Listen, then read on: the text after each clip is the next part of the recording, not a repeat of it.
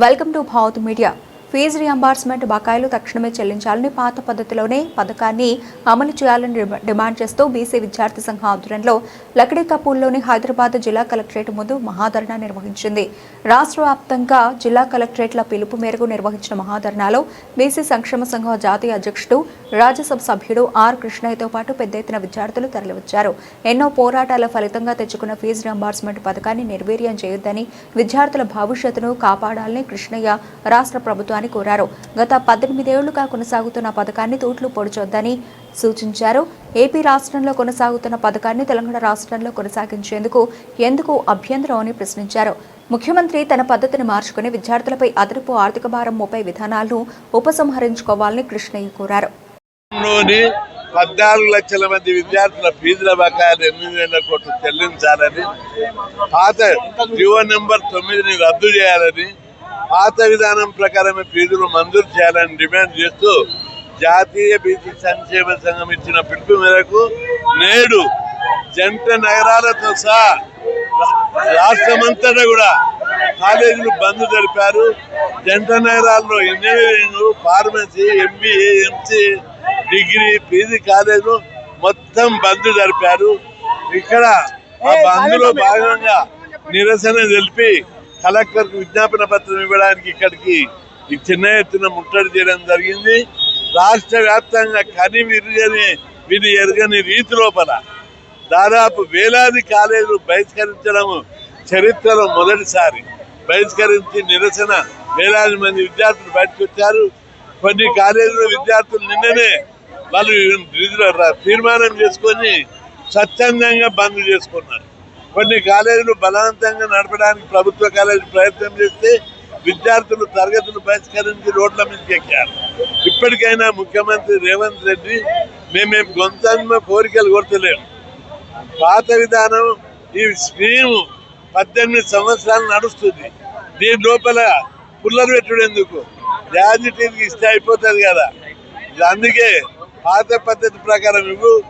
కోట్లాది మంది విద్యార్థులు ఈ స్కీమ్ వల్ల కుటుంబాలు బాగుపడ్డాయి.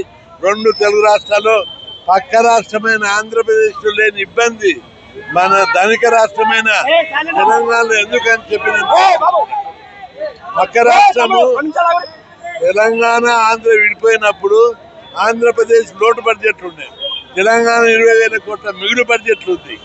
అసలు మిగులు బడ్జెట్ ఉన్న లోటు బడ్జెట్ ఉన్న ఆంధ్రప్రదేశ్ లోపల టోటల్ ఫీజులు ఇస్తున్నారు, యాజిటీగా పద్ధతిలో కొనసాగిస్తున్నారు. పైగా స్కాలర్షిప్లు 15,000 ఇస్తున్నారు. మన రాష్ట్రంలో ఏం రోగమైంది? ఇది ధనిక రాష్ట్రము. ఇక్కడ నెలకు 20,000 కోట్ల ఆదాయం ఉంది. ఈజీగా నెలకు 200 కోట్లు ఇస్తే ఈ స్కీమ్ సరిపోతుంది. 2,000 కోట్ల ఆదాయం, 20,000 కోట్ల ఆదాయం ఉన్నటువంటి ప్రభుత్వానికి 200 కోట్లు నెలకు ఇవ్వడం అనేది పెద్ద ప్రాబ్లం కాదు.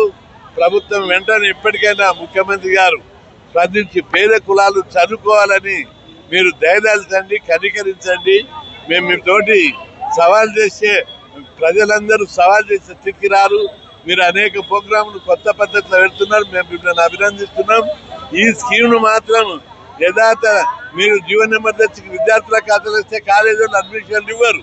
సగం మంది విద్యార్థులు పారిపోతారు, చదవడానికే ముందుకు రానటువంటి పరిస్థితి ఏర్పడుతుంది. కాబట్టి యథాతథంగా ఏమైనా లోటుపాట్లు ఉంటే స్కీమ్లో చర్చించి ఆ లోటుపాట్లను సవరించాలి. అంతేగాని స్కీమ్ను మొత్తం ఎత్తివేసి కుట్రలు చేస్తే మాత్రం యుద్ధమే జరుగుతుందని చెప్పి ప్రభుత్వాన్ని హెచ్చరిస్తున్నా. ఈరోజు రాష్ట్ర వ్యాప్తంగా అన్ని జిల్లాల్లో 33 జిల్లాల్లో వేలాది కాలేజీలు, దాదాపు 14,000 కాలేజీలు బంద్ జరిపారు, నిరసన చెప్పారు. ఈ ఉద్యమం ఆరంభం మాత్రమే. ఇది అస్తిత్వానికి సంబంధించిన, ఉనికికి సంబంధించింది. ఈ స్కీమ్ పెట్టిన ఈ 18 నెలల కాలంలో 1,60,00,000 కుటుంబాల స్థితిగతులే మారిపోయి, ఈ సమాజం లోపల ఈ స్కీమ్ పెట్టిన తర్వాత విప్లవాత్మకమైన మార్పులు వచ్చాయి. ఐటీ కంపెనీలు వచ్చాయి, లక్షలాది మందికి ఐటీ జాబ్లు వచ్చాయి, లక్షలాది మంది డిగ్రీలు, పీజీలు జరిపి పేదరికం నుంచి విముక్తి చెందారు. ప్రైవేట్ రంగంలో విపరీతంగా జాబులు పొందారు. కాబట్టి ఇప్పటికైనా ప్రభుత్వం ప్రతిష్టకు ప్రాకులాడకుండా ఈ స్కీమ్ను యథాతథంగా కొనసాగించాలి. బకాయిలు ఇవ్వడానికి రాకు. బడ్జెట్ లేకపోతే రుణాలు తీసుకో. ఇప్పటికే 4 లక్షల కోట్ల రుణాలు తీసుకున్నారు.